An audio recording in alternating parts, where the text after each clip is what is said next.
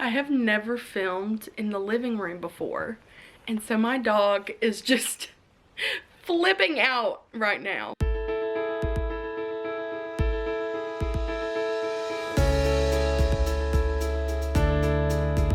Hi you guys, welcome back.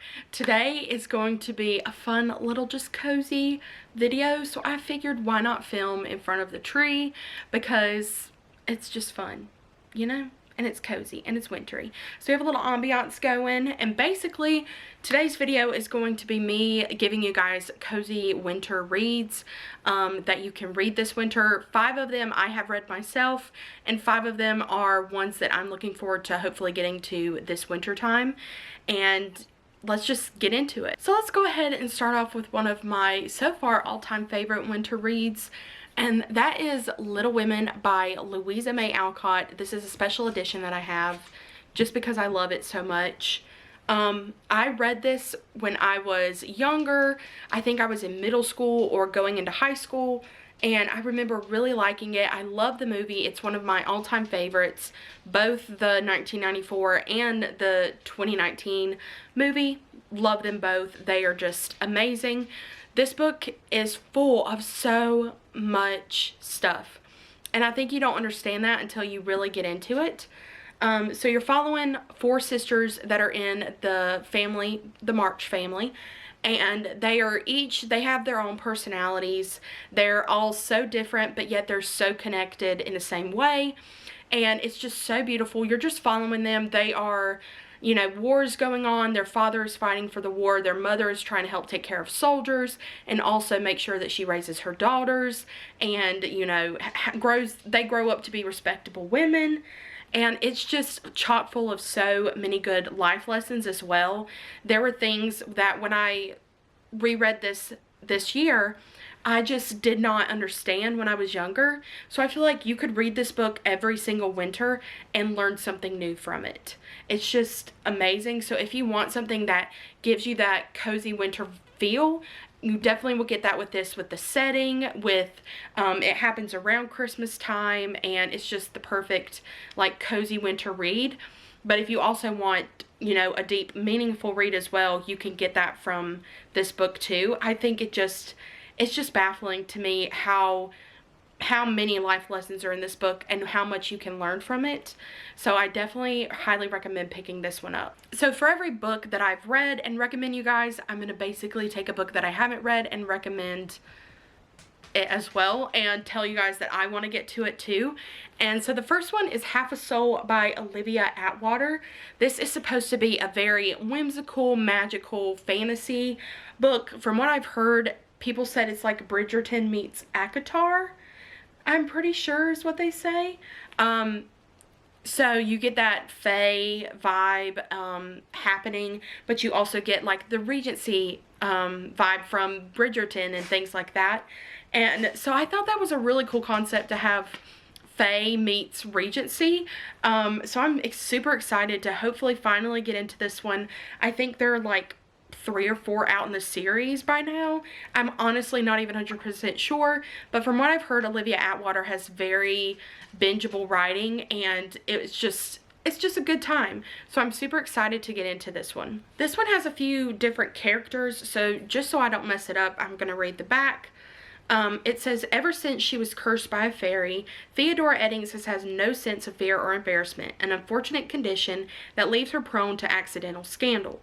Dora hopes to be a quiet, sensible wallflower during the London season, but when Elias Wilder, the handsome, peculiar, and utterly ill-mannered Lord Sorcerer, discovers her condition, she is instead drawn into dangerous fairy affairs. If her reputation can survive both her curse and her sudden connection with the least liked man in all high society, then she and her family may yet reclaim their normal place in the world.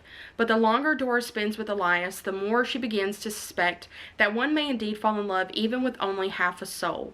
I love that last line. So obviously we're calling her Dora, from what I understand, and Elias is like probably, like it says, ill-mannered, so I'm assuming that he just goes against what society wants or expects from a lord, and I'm pretty sure, yeah, he is the fairy is who I'm assuming. because it's saying she gets drawn into the dangerous affairs. And obviously she has this curse on her. She wants to just be a regular girl who's sensible, doesn't cause any drama, and just kind of does what a lady is supposed to in these times. But then obviously for some reason she's getting thrown into the world of Elias and his affairs, and that is just not going to happen for her. So I'm very excited to see what this one's about. I do love how they're comparing it to Bridgerton, because you have this season where ladies are trying to find a husband, trying to connect with men who they think could be a potential husband. So I think this one sounds very interesting. This next one I feel like needs no introduction, and that is Harry Potter and the Sorcerer's Stone by J.K. Rowling. Honestly, you can read any of the Harry Potter books during the winter time, I feel like, so just pick your favorite one to reread during the winter time to just get those cozy nostalgic vibes, or pick this one up for the first time and just read through the series, because that's exactly what I did last year and I do not regret it. So we're following, if you don't know this story already, where you been? But we're following Harry Potter, who is this 12-year-old boy. He finds out he has magical powers and he's a wizard. He gets this letter from a school called Hogwarts, which is a wizarding school, and his life sort of turns around from there. He's living with this awful family. It's his aunt and uncle and his cousin, but they are just terrible to him. So he gets to find out he's a wizard and then go on this journey to the school where he meets new friends, but he also discovers that there is like a darker power that is kind of at the school and might be after him. So it's really, really just cute, and again, it just kind of reminds you of childhood, whether you read this book when you were a kid or not. One that has been out for a while that I've really wanted to read and just have not gotten to yet is Winterhouse by Ben Guterson. This is part of a middle grade series. I believe this one has some fantasy in it, but I do know that it's more of a mystery kind of book, but the cover alone is just the cutest thing ever. It's also part of a series, and this one is the first in the series. So in this one, we're following Elizabeth. She is a orphan, and she is having to live with her awful aunt and uncle, which kind of reminds me of what we just talked about. But she gets shipped off to this inn, or this hotel kind of basically, called Winterhouse. And at Winterhouse, she discovers that there is this guy or family, Norbridge Falls. I'm guessing the family is Falls, but his name is Norbridge, and he just seems a little dark and sinister and like something is going on. She finds this really big library, and in the library she discovers this magical book, and the book has a bunch of puzzles to solve, and she is convinced that this book, if she solves the puzzles, she'll be able to figure out what is going on at Winterhouse. And it just seems so fun. I love a good like mystery. But another thing that I thought was fun is the book itself has some really cool illustrations inside. And I think that just makes the book like even more magical than it already is. So I'm super excited to get into this one. I think it'll be a really quick, easy read, and I just feel like it's perfect for this time of year. This next book is Holiday Romance by Catherine Walsh. This is a Christmas rom-com, and it is just so cute. It is set in Ireland, technically, but it's set in a lot of places. That's very weird to say, but we are following two people who are trying to rush home for Christmas, and they live in the United States, but they're originally from Ireland. They end up in London. They end up in Ireland eventually, but it just is a really cute story. This is definitely for fans of Abby Jimenez, of Emily Henry, and people who love like some more plot with their romance books instead of just straight romance or smut or anything like that. But Molly and Andrew have known each other for a while now, because they each fly back to their homeland a lot, like each year for Christmas, and so they would always save each other seats on the plane, you know, pass the time together, watch movies, all these different things during the flight.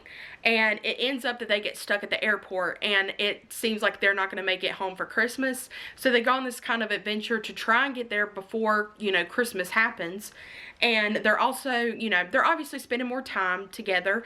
They're obviously going to be forced proximity. I think we get the one bed trope at one point in this book, but it is just super, super cute. We have like a grumpy sunshine moment going on between like a Grinch and a Santa Claus kind of figure. Like you have one who loves Christmas and one who just doesn't really care for the hustle and bustle of it.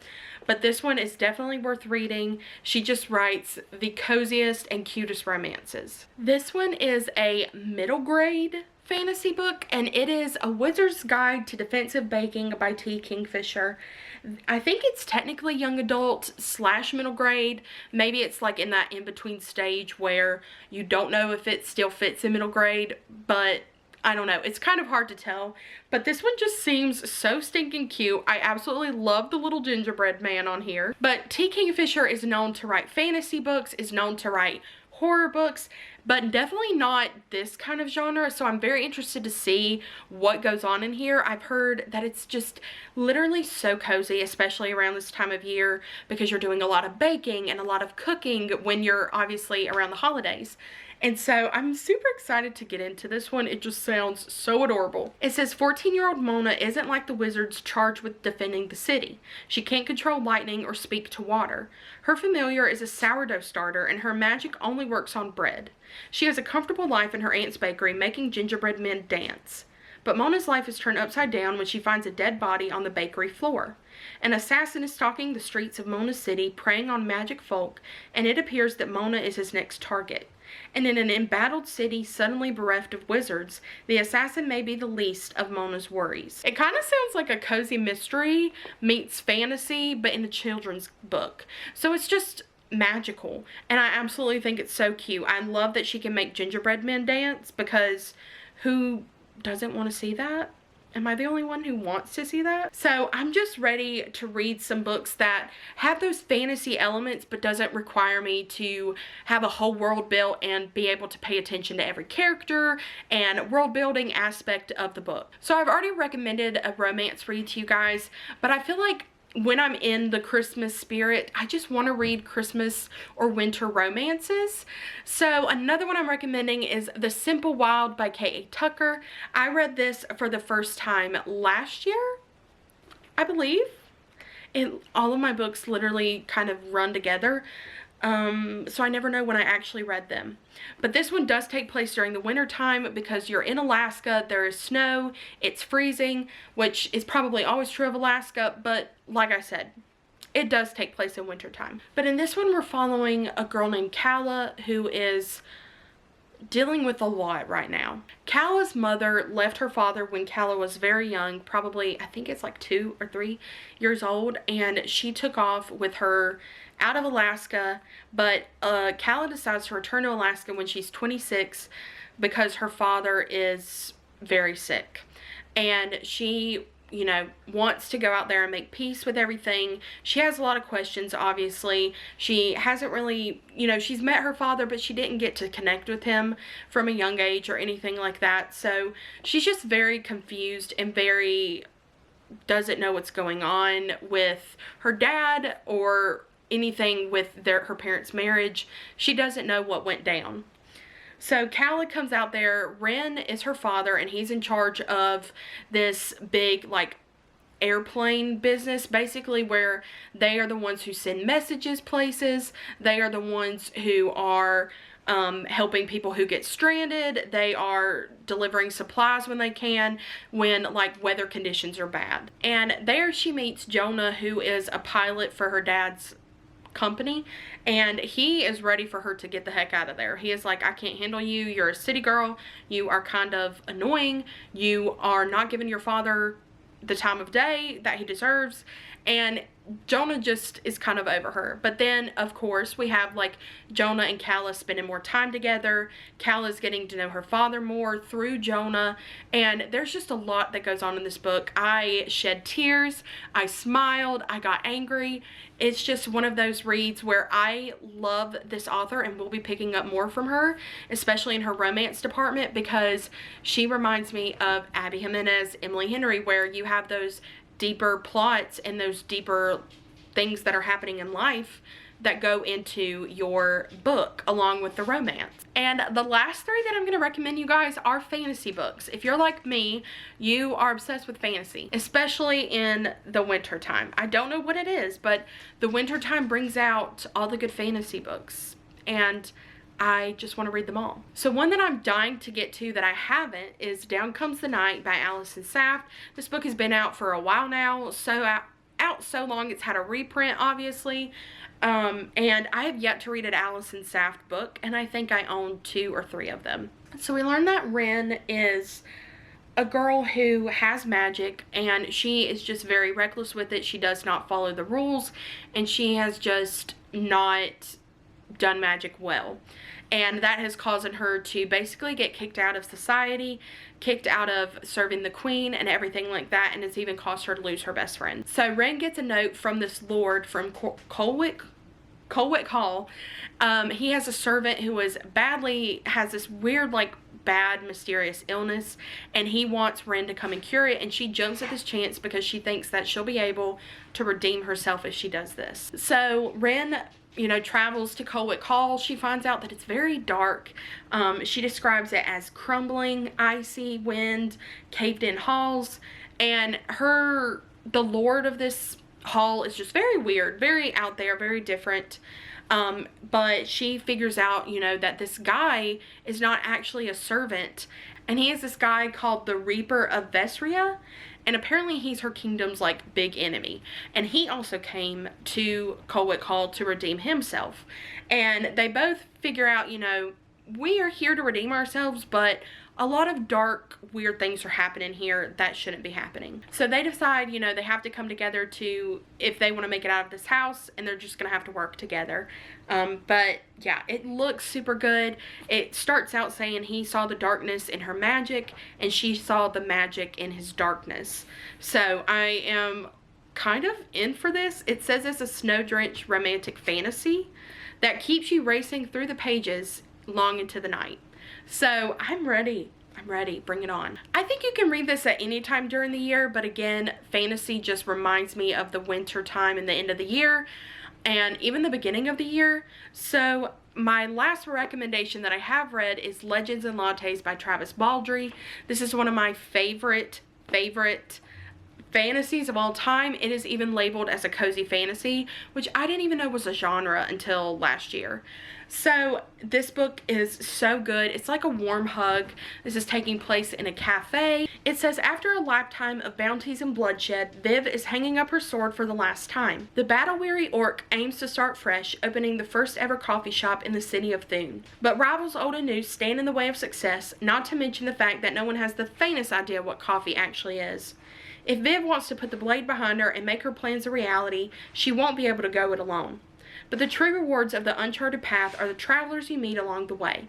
And whether drawn together by ancient magic, a flaky pastry, or a freshly brewed cup, they may become partners, family, and something deeper than she could have ever dreamed.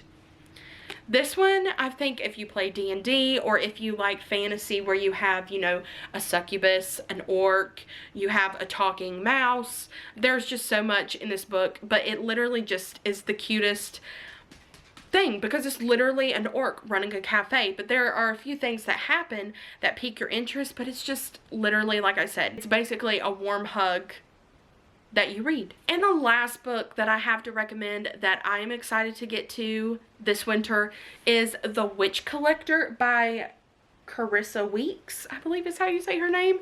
Very sorry if I mispronounced that. I heard that if you like Loki from the Marvel Universe, that you'll like this book. And who doesn't like Loki? Who doesn't? Like, what girl is not in love with Loki? Please tell me. I will talk to you. And you will finally love him, I promise. But there's this thing that happens where every year this man called the Witch Collector comes into town, takes one of the witches, and takes her off to go stay with this guy called the Frost King forever. So we're following our main character, Raina, and she is 24 years old, and she has been ignored. She thinks that she'll never get picked because the Witch Collector never even, like, looks at her or takes her into account. He's always picking somebody else, and so she does not like that. She wants to get revenge. the witch collector took her sister. She wants to get revenge for that. She wants to kill the Frost King, and she wants all of this witch collecting and witch kidnapping to stop, which who can blame her? But she learns that the witch collector, whose name is Alexis, I don't know if he goes by Alice or Alexis, I don't know, but he is the only way that she can save her sister. And so she's going to have to work with him,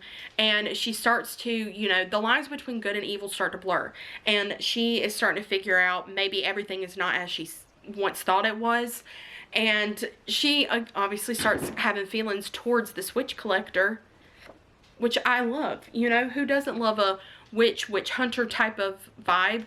Enemies to lovers, wintertime. I can't wait any longer. So those are all the books that I have to recommend to you guys today. I hope that you were able to find one that you haven't read or wants to add to your TBR.